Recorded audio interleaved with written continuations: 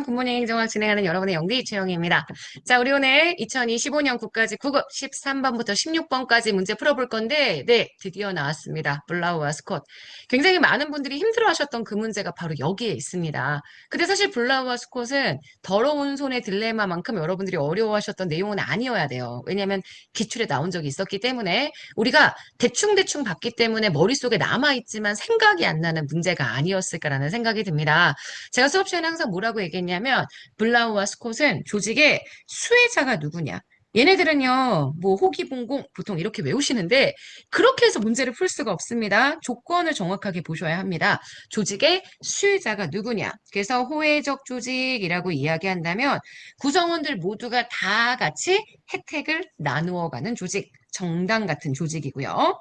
그리고 사업 조직은 조직의 주주들, 그들이 혜택을 가져가는 조직, 그죠? 사업 조직은 조직의 주주들, 소유자가 혜택을 나누어 갖는 조직, 서비스 조직은 네, 서비스의 대상이 되는 고객들에게 혜택이 발생하는 조직, 공익은 국가 전체의 국민들에게 혜택이 발생할 수 있는 조직. 그래서 호혜적 조직의 고객이 수혜자가 될 수는 없습니다.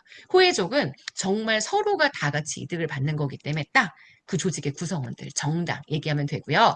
사업 조직은 조직의 소유자, 관리자, 이들이 주요 수익자들이 되고요. 서비스 조직은 고객에 대한 것, 그래서 고객에 대한 서비스, 행정 절차 간의 갈등, 이런 거 해결하기 때문에 법률 상담소, 학교, 사회사업 기관 등 예시로 들 수 있고요. 마지막 공익 조직은 정말 국민들의 민주적 장치로서의 조직들, 행정기관, 경찰서, 소방서 등의 조직을 의미하게 된다. 이렇게 보시면 됩니다.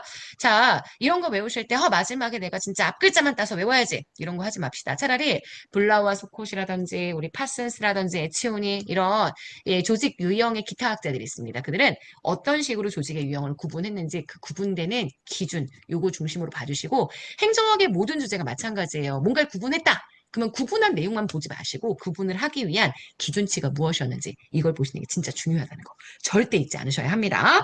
자, 14번 들어가도록 하겠습니다. 공무원의 인사이동 방식에 대한 설명으로 옳지 않은 것 이렇게 얘기를 했죠. 자, 하위 직급에 적합한 인재를 하위 직급으로부터 선별해내는 그래서 위로 올라가기 위한 내부 임용을 해주게 된다면 이거는 승진 들어갈 수 있고요. 겸임은 한 사람의 공무원에게 둘 이상의 직위를 부여하는 것을 말합니다. 맞고요. 3번 강임은 같은 직렬 내에서 하위 직급에 임명하거나 하위 직급이 없어서 다른 직렬의 하위로 내려가는 거. 그래서 아시겠지만 강임은 우리가 얘기하는 징계는 아니기 때문에 강임 전에 임금을 지급해준다. 요거까지 기억하고 계시죠? 3번 맞는 선지입니다. 전직은 직렬을 바꿔야 합니다. 그래서 같은 직급 안에 보직을 변경했다. 혹은 고위공무원단 직위 사이에 보직 변경을 했다. 이거는 전보라고 얘기를 하죠. 직급을 바꾸는 건 전직이기 때문에 동일한 직급이 아니라 다른 직급 또는 다른 직렬이라고 표현해야 된다는 거 아마 알고 계실 거예요. 자, 14번 정답이 되는 건 4번이고 본래 공무원 인사이동 방식에서 주로 사용하던 표현들이 있었는데 그 표현들을 안 쓰고요. 조금 생소한 표현들을 현재 이번 문제에 사용했다는 점을 놓치지 않으셨으면 좋겠습니다. 여러분 인사행동의 기본적인 내용은 어떻게 표현해도 아실 수 있어야 하는 내용들로 공부를 해주셔야 되기 때문에 이게 실제 어떻게 이동한다는 얘기인지 머릿속으로 시뮬레이션을 그릴 수 있게 좀 정리를 해주셔야 합니다. 제가 항상 이렇게 직위분류제 표 딱 갖다 놓은 다음에 거기에서 이동의 글씨가 너무 개발세발이네요. 이동에 대한 내용들을 설명했다고 알고 계시죠? 유튜브에도 영상 있으니까 참고해 주셔야 합니다. 자, 15번 들어가도록 하겠습니다. 자, 공무원 보수에 대한 설명으로 옳지 않은 것. 자, 보수 체계는 직능이나 실적급 같은 그러한, 네, 요거는 아시겠지만 다 직무에 대해서 지급하게 되는 거고요.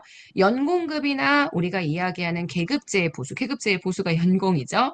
이거는 속인적인 사람을 중심으로 하는 보수 체계인 것 아마 알고 계실 거예요. 문제에 직능급도 나오고 실적급도 나오지만 여기에 직무급도 나오는 거 아시죠? 요거 세 개 다 일에 대해서 부과하는 보수라는 거. 직능은 일을 수행하는 능력에 따라, 그 일의 성과에 따라, 그리고 요거는 내가 어떤 직무를 하느냐, 직무가 가지고 있는 종류에 따라, 난도와 책임, 성격에 따라 구분하는 보수 체계가 직무급이기 때문에 직무급은 직위분류제의 대표적인 보수 체계가 된다. 이렇게 볼 수 있죠. 4번은 그래서 현재 틀린 선지가 되고요. 1번입니다. 직능은 직무를 수행하는 능력을 기준으로 기본급을 결정하는 보수 체계고요. 실적급은 직무의 실적, 근무의 실적을 기준으로 기본급을 결정하는 보수 체계입니다. 굉장히 능력 있는 사람들을 스카우트 해오면 그 사람에게 다른 사람들과 다른 보수를 주잖아요. 그게 직능의 성격이라고 생각하시면 되고 실적은 매달 근무 실적에 따라 조금씩 변화하면 약간 보너스 같은 보수 체계라고 제가 수업 시간에 설명을 드렸습니다.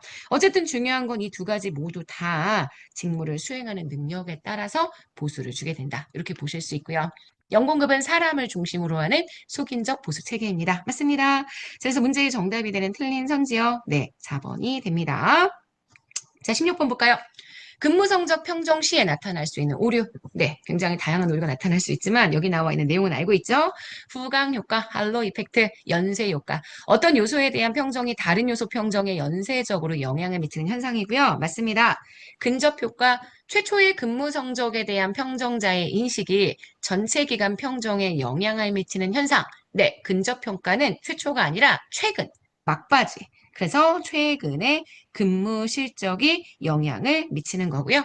그래서 근접 효과하고는 다르죠. 근접 효과는 다른 말로 첫머리 효과라고, 죄송해요. 최초의 인식은 첫머리 효과라고 이야기를 해주게 됩니다. 자, 그래서 지금 보시는 현재 2번 틀렸고요. 3번, 관대화 경향을 실제 수준보다 높게 평정해서 발생하는 현상. 집중화 현상은 중간 등급으로 집중되어서 발생하는 현상.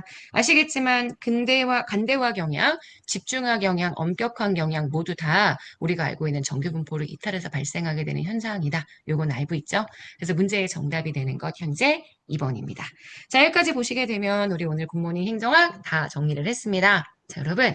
오늘 하루 정말 여러분 거고요. 우리 이제 얼마 남지 않았습니다. 조금만 끝까지 지치지 말고 힘내서 달려보도록 할게요. 자, 오늘 하루 정말 여러분 거고요.